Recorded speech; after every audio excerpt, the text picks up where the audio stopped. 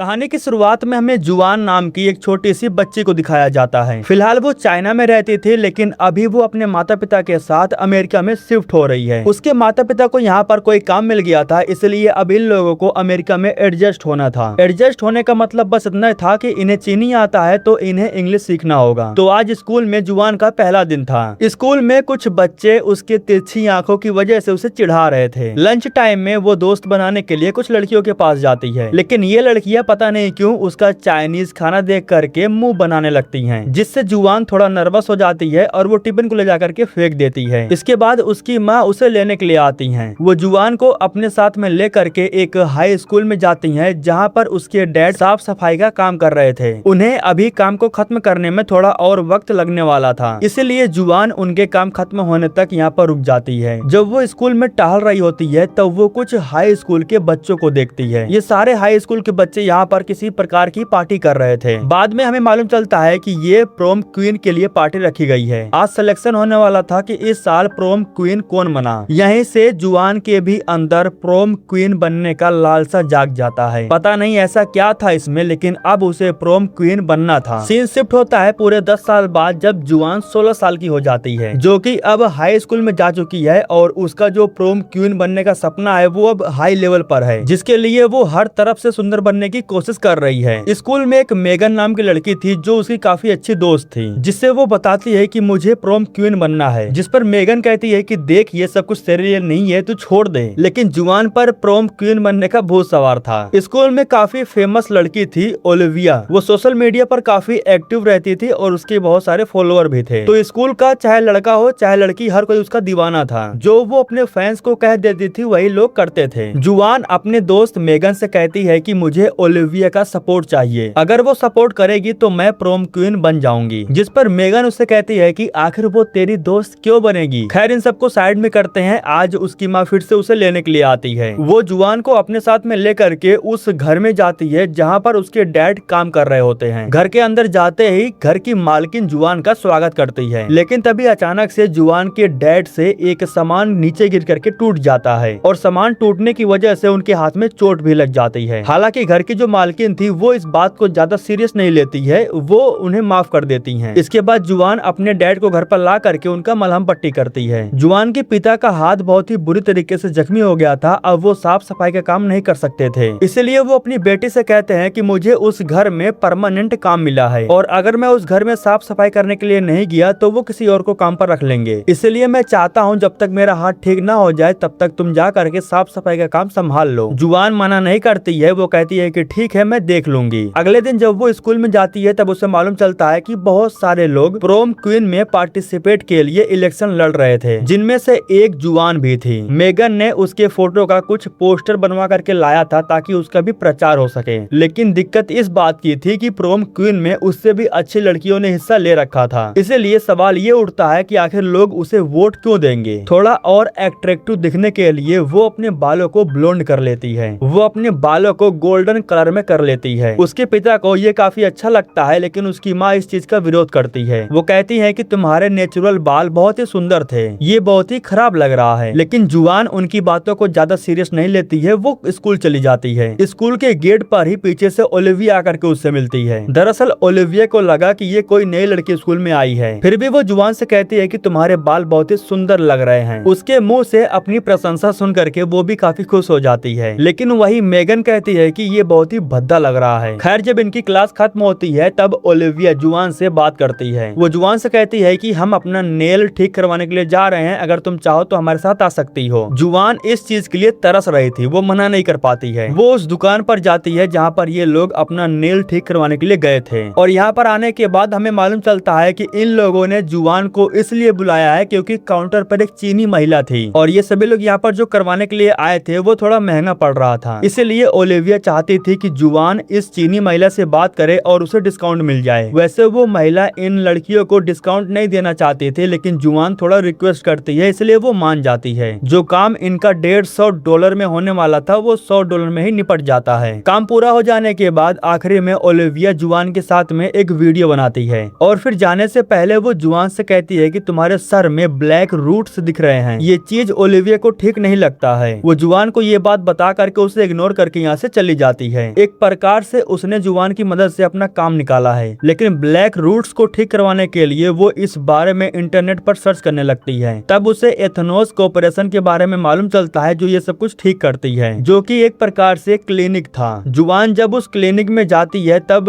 Counter पर एक महिला बैठी हुई थी जो उसे बैठ करके डॉक्टर के आने का इंतजार करने के लिए बोलती है। इस दौरान जुवान को टीवी पर कुछ वीडियोस दिखाई देते हैं। इन सारे वीडियोस में कुछ लोग थे जो ये कह रहे थे कि सर्जरी के बाद उनकी लाइफ चेंज हो गई। उनका कहना था कि पहले वो काफी भद्दा दिखते थे, उनकी तरफ कोई देखता भी नहीं था, लेकिन सर्जरी करवा लेने के बाद उनका काम बनने लगा, हर कोई उन्हें पसंद करने लगा। तभी क्लिनिक के डॉक्टर सैम आते हैं। जुवान उनसे कहती है कि आखिर ये सब कैसे पॉसिबल हो सकता है। तब सैम उसे बताते हैं कि हमारे पास कुछ मशीनें हैं और साइंस की वजह से ये पॉसिबल हो सकता है। आज तक उन्होंने जिसकी सर्जरी की है वो सक्सेसफुल हुआ है। सर्जरी करने के बाद वो एकदम से चेंज हो जाता है, उसे एक नया शरीर मिल जाता है। इसके बाद डॉक्टर सैम उसे कुछ सबूत भी दिखाते हैं। काउंटर पर जो लड़की बैठी हुई थी वो अपना आईडी कार्ड दिखाती है, जिसमें उसका चेहरा उतना अच्छा भी नहीं था और ब्लैक टाइप में था। सर्जरी करवा लेने के बाद उसका चेहरा एकदम से साफ हो गया। एक और वर्कर अपनी पुरानी तस्वीर दिखाता है। शादी के वक्त वो भी एकदम से काला था, लेकिन सर्जरी करवा लेने के बाद अब वो ऐसा बन गया। जुवान को अभी भी इन सब बातों पर बिल्कुल यकीन नहीं हो रहा था। इसके बाद डॉक्टर सैम अपनी पुरानी तस्वीर दिखाते हैं, जिसमें वो टकले और काले थे, लेकिन फिर अपनी ही सर्जरी करने के बाद अब वो ऐसे हो गए। डॉक्टर सैम उसे बताते हैं कि हमारे कालेपन और भद्दे चेहरे की वजह से आए दिन बुरा महसूस होता है, लोगों के सामने हमें कॉन्फिडेंस महसूस नहीं होता। जुवान उससे पूछती है कि आखिर ये करवाने के लिए क्या करना होगा। डॉक्टर सैम उसे बताते हैं कि अगर तुम 18+ हो तो ठीक है, और अगर नहीं हो तो तुम्हें अपने माता या पिता से फॉर्म पर साइन करवाना होगा, तभी हम प्रोसेस को आगे बढ़ा पाएंगे। फिलहाल आज तुम जो यहाँ पर करवाने के लिए आई हो वो हम फ्री में करेंगे, क्योंकि आज ऑफर चल रहा है। वो जुवान को एक मास्क पहनाता है जिससे वो बेहोश हो जाती है। इसके बाद वो उसके सर में से ब्लैक रूट्स को एकदम से बाहर निकाल देता है। सर्जरी पूरी हो जाने के बाद अब उसके बाल पहले से काफी बेहतर दिखने लगे थे। घर पर आने के बाद वो अपनी माँ के साथ में बैठ करके खाना खाती है। उसकी माँ उसे बताती है कि कल तुम्हें अपने डैड की जगह पर काम करने के लिए जाना है। अगले दिन सुबह में जुवान काम पर जाती है, जहाँ वो साफ सफाई करती है। घर की मालकिन उसे बताती है कि वो अपनी फैमिली वालों के साथ कुछ दिनों के लिए बाहर घूमने जा रही है, इसलिए मैं तुम्हें घर का कोड बता देती हूँ, तुम समय समय पर आ करके घर की साफ सफाई कर देना। जिस पर जुवान कहती है कि ठीक है, कोई दिक्कत नहीं है। इसके बाद जब जुवान घर जाने लगती है तभी रास्ते में ओलिविया और उसकी दोस्त यहाँ पर आ जाती हैं। इन्हें देखने के बाद जुवान अपना मुंह छुपाने लगती है, लेकिन जुवान ने पहले ही उसे देख लिया था। अगले दिन जब वो स्कूल में जाती है तब वो अपने पोस्टर पर भद्दे भद्दे चित्र बना हुआ देखती है, जिसे देख करके उसे बहुत ज्यादा बुरा लगता है। वो पोस्टर को फाड़ करके यहाँ से चली जाती है, लेकिन इस हरकत की वजह से पूरे स्कूल में उसकी बेइज्जती होती है, जिसे ठीक करने का सिर्फ एक सॉल्यूशन था। अगर वो सर्जरी करवा लेती है तो सब कुछ ठीक हो सकता है। इसके बाद वो उस फॉर्म को लेकर के अपनी माँ के पास जाती है और अपनी माँ से कहती है कि स्कूल से हमें एक ट्रिप पर जाना है। ट्रिप का झूठ बोल करके वो अपनी माँ से फॉर्म पर साइन करवा लेती है। साइन करने का मतलब उसे सर्जरी करने का परमिशन मिल जाता है। सर्जरी के दौरान उसके सामने एक वीडियो को प्ले कर दिया जाता है, जिसमें गोरे होने का बहुत सारा फायदा बताया गया था। ये छोटा सा वीडियो एक प्रकार से इंट्रो के जैसा था। वीडियो के खत्म होते होते सर्जरी कंप्लीट हो जाती है। इसके बाद जब वो आईने में अपना चेहरा देखती है तब उसे खुद को भी यकीन नहीं होता। घर पर जाने के बाद जब उसके माता पिता उसे देखते हैं तब उन्हें लगा कि ये कोई अजनबी है जो उनके घर में घुस आया है। जुवान के माता पिता उसे घर से बाहर जाने के लिए बोलते हैं। तभी जुवान कहती है कि ये मैं हूँ तुम्हारी बेटी। इसके बाद वो अपने मोम डैड को कुछ सबूत देने लगती है, कुछ बातें भी बताती है जो सिर्फ इनके बीच में हुई थी। वो अपने डैड को उनका फेवरेट गाना भी गा करके सुनाती है। इसके बाद जुवान एक फॉर्म निकाल करके अपने डैड को दे देती है। दरअसल इसमें सर्जरी के प्रोसेस के बारे में बताया गया था। चलो एक पल के लिए ये लोग मान भी लेते हैं कि ये जुवान है, लेकिन यकीन करना मुश्किल हो रहा था। वैसे फॉर्म पर यह भी लिखा हुआ था कि अगर तुम 18 की नहीं हो तो तुम्हें अपने माता पिता से इसकी परमिशन लेनी होगी। जुवान उन्हें बताती है कि ट्रिप के बहाने से मैंने आपसे फॉर्म पर साइन करवा लिया था।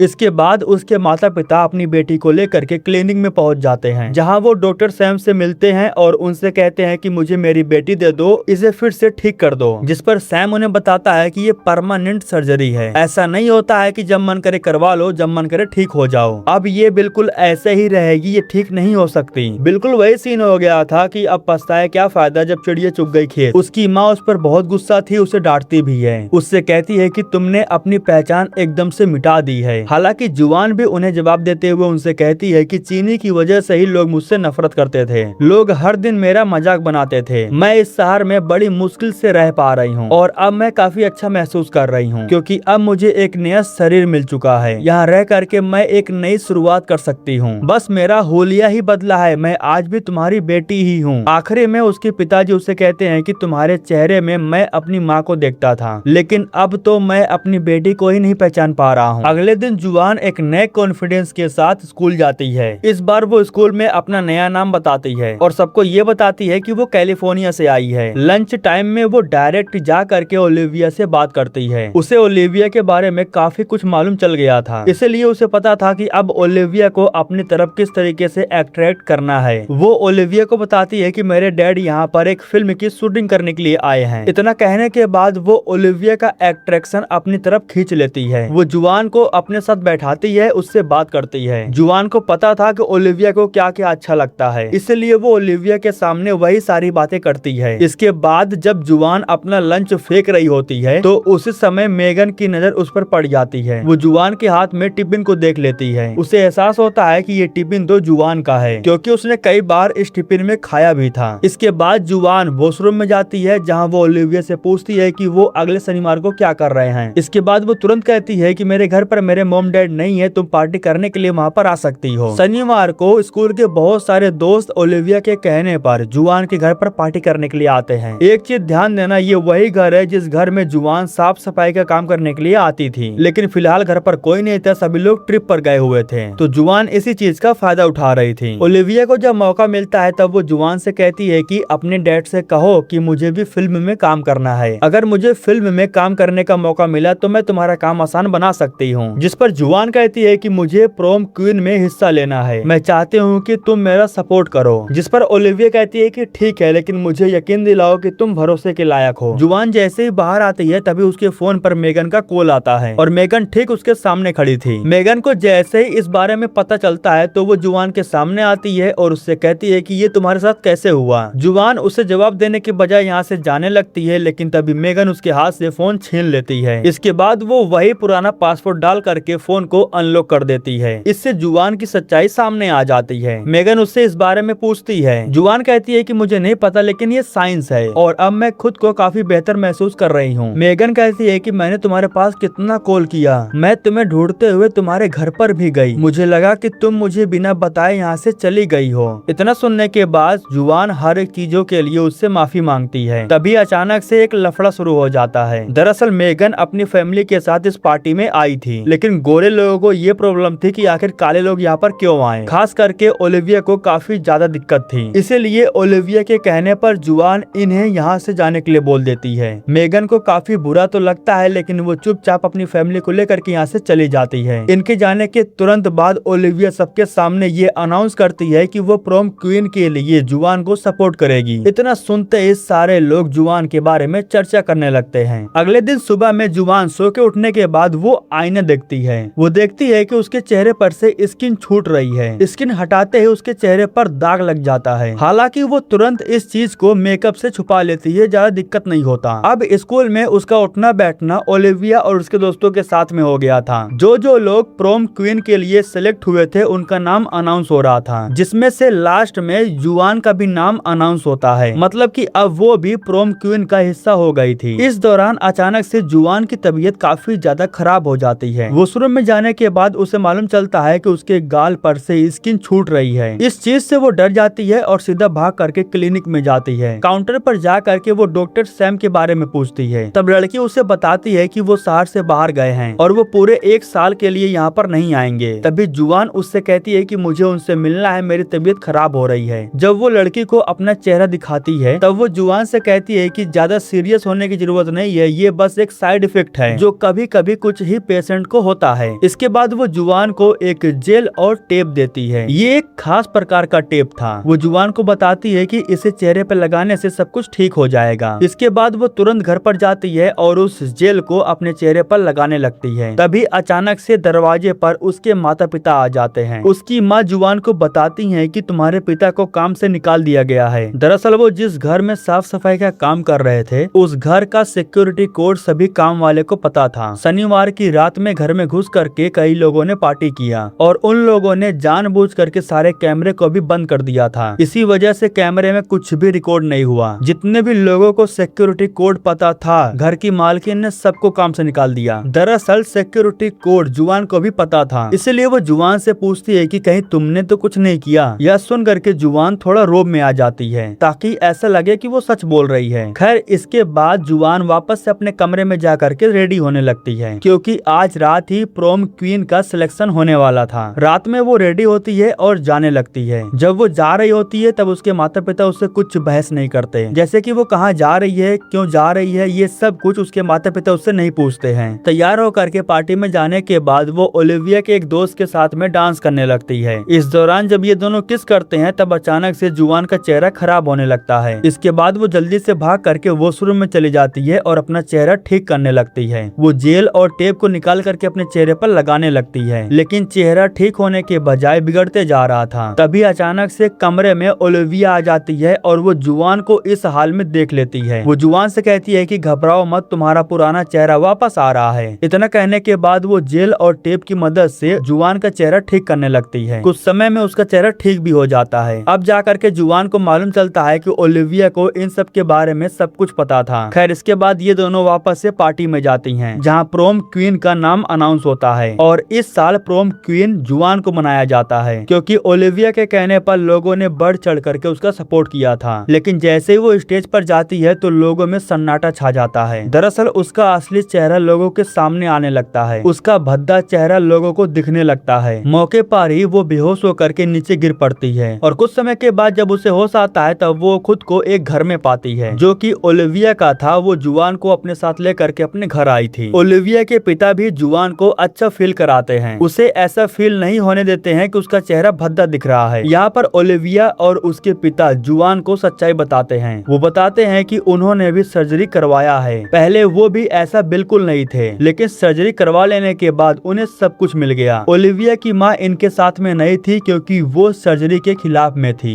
इसलिए ओलिविया की माँ ने इन दोनों को ही छोड़ दिया। लेकिन इससे इन दोनों को कोई फर्क नहीं पड़ा क्योंकि अब ये लोग ऐसो आराम की जिंदगी जी रहे हैं। इसके बाद रात के समय में जुआन नर्वस हो करके घर पर जाती है। घर पर जाते ही वो रोते हुए अपनी माँ को गले से लगा लेती है। एक वो होता है ना कि आप कितना भी गलत रहो, आखिर में आपके माँ बाप ही आपको स्वीकार करेंगे। तो कुछ ऐसा ही होता है जुआन के साथ में। उसने गलती की, अपने माँ बाप के खिलाफ में गई, लेकिन फिर भी उसके माँ बाप उसे स्वीकार करते हैं और उसे अच्छा फील कराते हैं ताकि वो खुद के बारे में बुरा ना सोचे। अगले दिन जुआन अपनी माँ को लेकर के क्लिनिक में जाती है। दरअसल वो डॉक्टर सैम से मिल करके सब कुछ ठीक करवाना चाहती थी, लेकिन बॉडीगार्ड जुआन और उसकी माँ को क्लिनिक से बाहर निकाल देते हैं। हालांकि डॉक्टर सैम भी मौके पर मौजूद था। जुआन उससे कहती है कि प्लीज मुझे ठीक कर दो, प्लीज मुझे पहले की तरह बना दो। जिस पर सैम कहता है कि तुम्हें भी पता है ऐसा नहीं हो सकता, मैंने तुम्हें पहले ही बताया था कि ये परमानेंट सर्जरी है और अब इसे ठीक नहीं किया जा सकता है। जाते जाते सैम इतना कहता है कि एक नया पौधा उगने के लिए बीज को मरना पड़ता है। इसके बाद जुआन घर पर जाती है और वो अपने चेहरे पर से स्किन को निकालने लगती है। वो तब तक अपने चेहरे को नोचती रहती है जब तक उसके नए स्किन की चमड़ी निकल नहीं जाती। इस तरह से उसे वापस से अपना पुराना चेहरा मिल जाता है। और इसी के साथ दोस्तों ये कहानी यहीं पर खत्म हो जाती है।